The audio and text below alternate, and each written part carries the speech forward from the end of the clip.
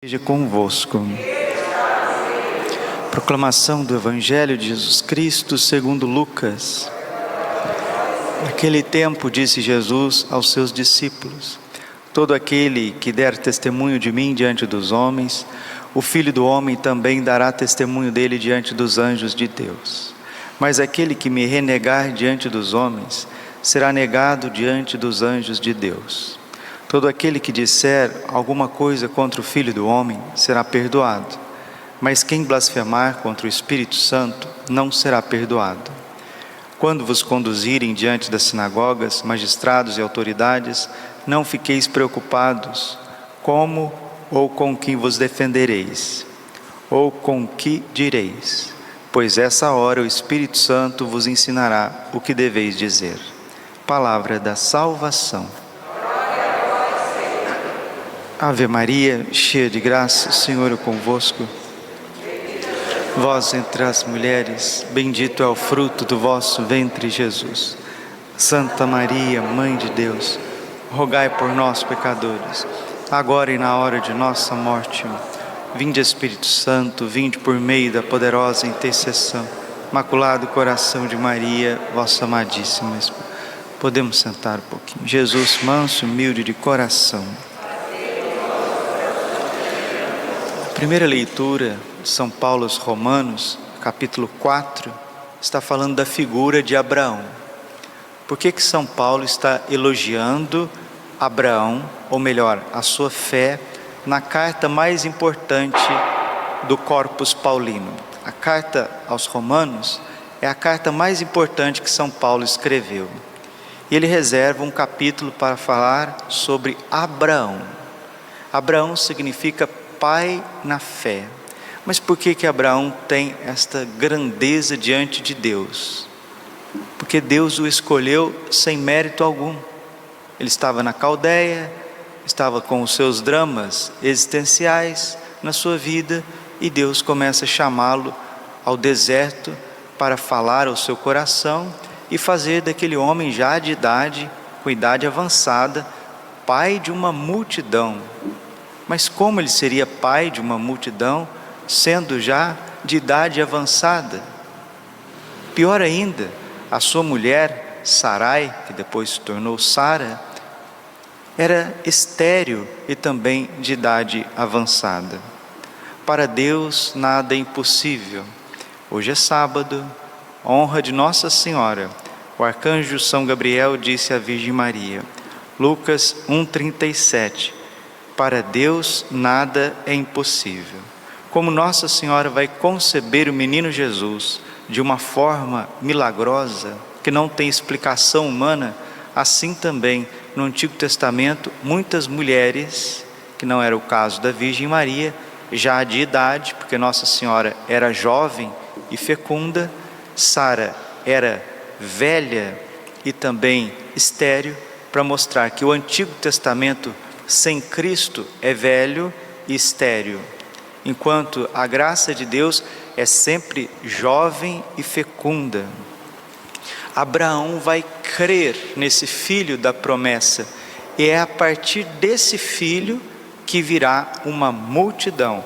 Romanos capítulo 4, versículo 17, pois está escrito, eu fiz de ti pai de muitos povos. Ele é pai diante de Deus, porque creu em Deus que vivifica os mortos e faz existir o que antes não existia. Olha as características de Deus. Deus vivifica os mortos e faz existir aquilo que não existia. Versículo 18, contra toda humana esperança, ele firmou-se na esperança e na fé, assim tornou-se pai de muitos povos, conforme lhe fora dito, assim será a tua posteridade. Padre, como que um homem se torna pai de uma numerosa multidão? Como que uma mulher se torna mãe de uma numerosa multidão? Todo santo, toda santa, eles são pais e mães de numerosas multidões, todos sem exceção. Vejam, por exemplo, São João Paulo II, pai de um povo, pai de uma nação. Santa Madre Teresa de Calcutá, pai de uma geração. Monsenhor Jonas Abib, pai de tantas gerações, de tantos povos, de tantas pessoas, de tantas culturas, de tantas realidades. Vejam, por exemplo, São João Bosco, pai da família salesiana, e todos esses homens e mulheres de Deus. Santa Teresinha, que continua sendo mãe de sacerdotes, morreu com 24 anos no Carmelo, e é mãe de uma numerosa multidão de seminaristas, religiosas e sacerdotes. E essas pessoas não tiveram filhos biológicos, não tiveram. Salmo 44, versículo 17: deixarei vossos pais, mas tereis muitos filhos. Mesmo que você seja casado, mesmo que você seja casada, mesmo que você seja viúvo ou viúva, mesmo que você nunca se casou, se você está unido a nosso Senhor Jesus Cristo, por esta promessa. Qual que é a promessa, Padre? Que Ele vivifica os mortos e faz existir o que não existe. Ou seja, Deus é Deus do impossível. Se é impossível ao ser humano, é possível a Deus. Nas aparições de Nossa Senhora em Garabandal, Nossa Senhora apareceu mais de 2.000 vezes para as 4 meninas, e elas acostumaram de tal forma com Nossa Senhora, que elas já não queriam viver mais a vida ordinária aqui na terra. E um dia a Conchita disse para Nossa Senhora: mãe, me leve para o céu. E Nossa Senhora disse: ainda não, minha filha. Mas por que, minha mãe? Porque estás com as mãos vazias. Está com as mãos vazias. O Fulton Sheen, pregando o retiro para sacerdotes, ele vai perguntar, Jesus vai perguntar a cada sacerdote, quando ele morrer e for prestar conta da sua vida: aonde estão os teus filhos? Cadê os teus filhos? Eu fiz de ti pai de muitos povos. Ele é pai diante de Deus, porque creu em Deus que vivifica os mortos e faz existir o que antes não existia. Presta atenção, Deus faz existir o que não existia. Mas, Padre, como faz para a gente colher aquilo que não existe? A gente só consegue possuir aquilo que não existe pela virtude da esperança. Hebreus capítulo 11, versículo 1. A fé é o fundamento da esperança, é a certeza a respeito daquilo que não se vê. Qual é a tua esperança ainda nessa terra? Sim, nossa esperança maior é o céu, é a eternidade feliz, são as coisas do alto, a Jerusalém celeste. Filipenses capítulo 3, versículo 20, nós miramos as coisas do alto, nós somos concidadãos dos céus. Filipenses 3, 20, sim, essa é a nossa maior esperança. E lá no céu está o Pai, o Filho e o Espírito Santo nos esperando, junto com os anjos, com os santos. Nós estamos aguardando a ressurreição da carne. Tudo está por vir, né? O show está continuando. The show must go on. O show tem que continuar, dizem assim, né? Nos circos, nas peças circenses, nas artes. The show must go on. O show tem que continuar. Sim, o show está em pleno curso.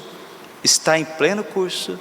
Só que esse show, ou ele termina na eternidade feliz, ou na condenação eterna.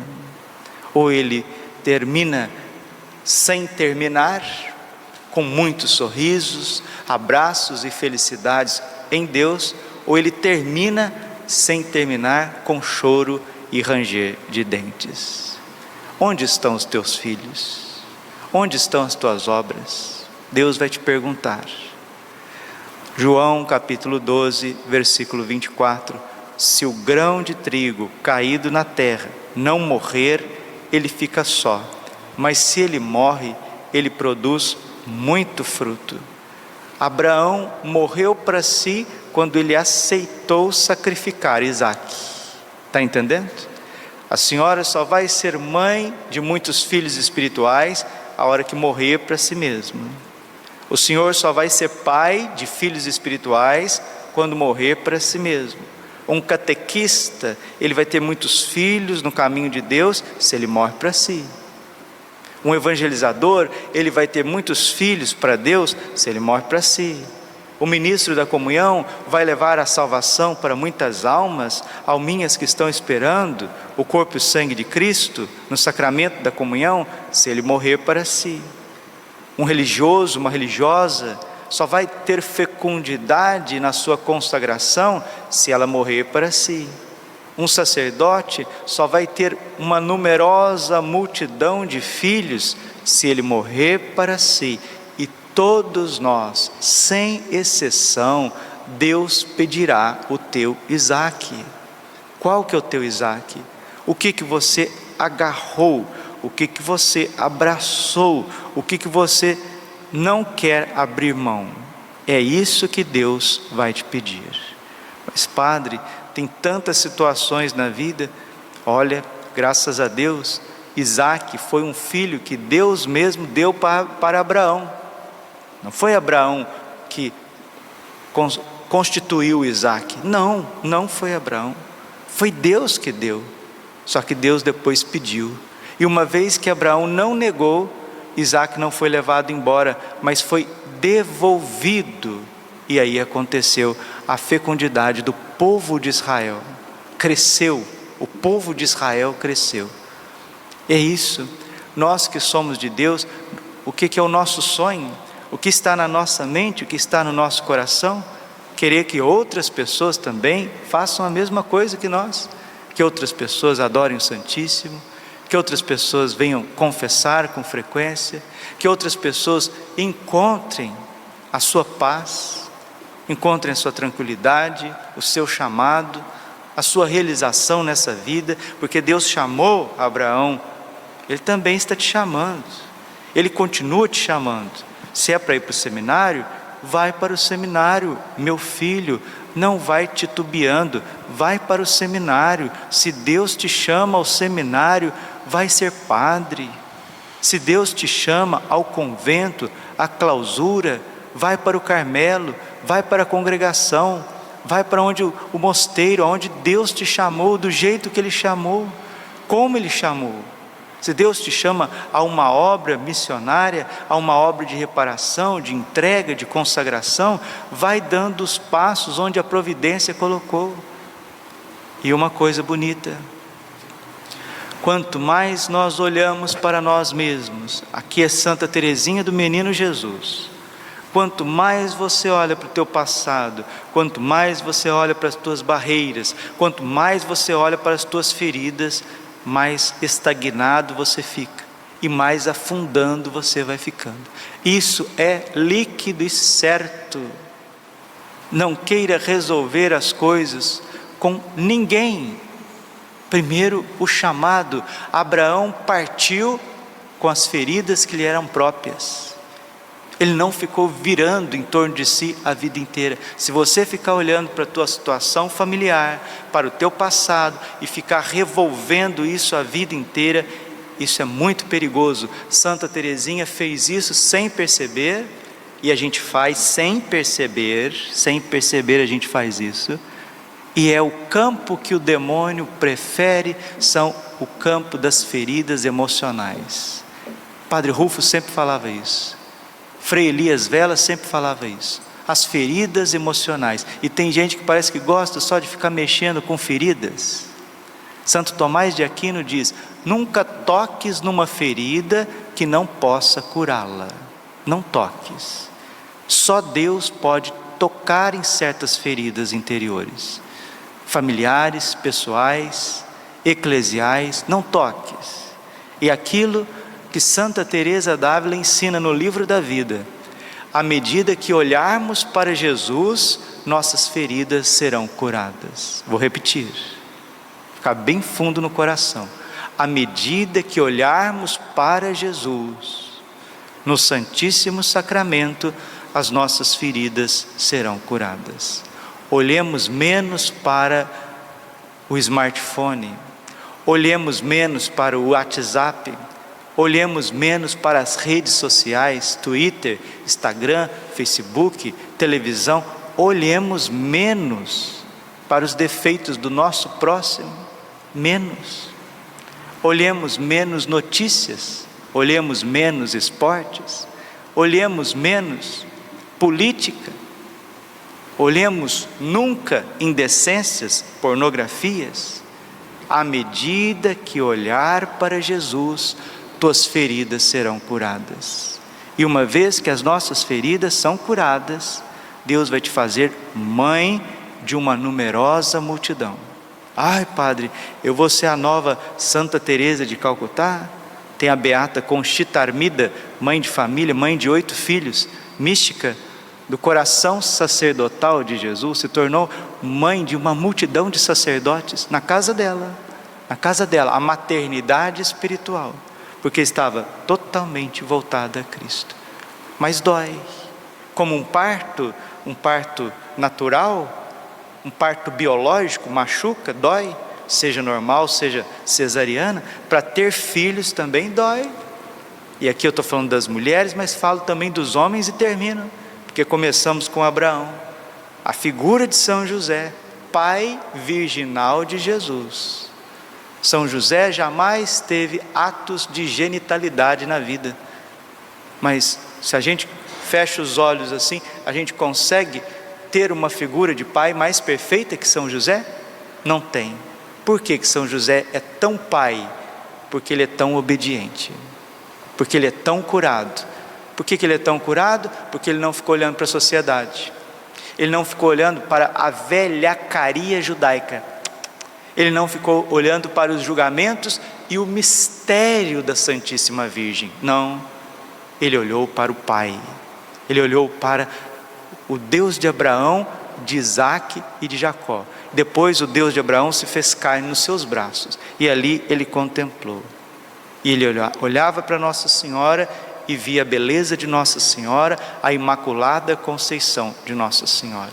Meus irmãos queridos, vamos chacoalhar, né?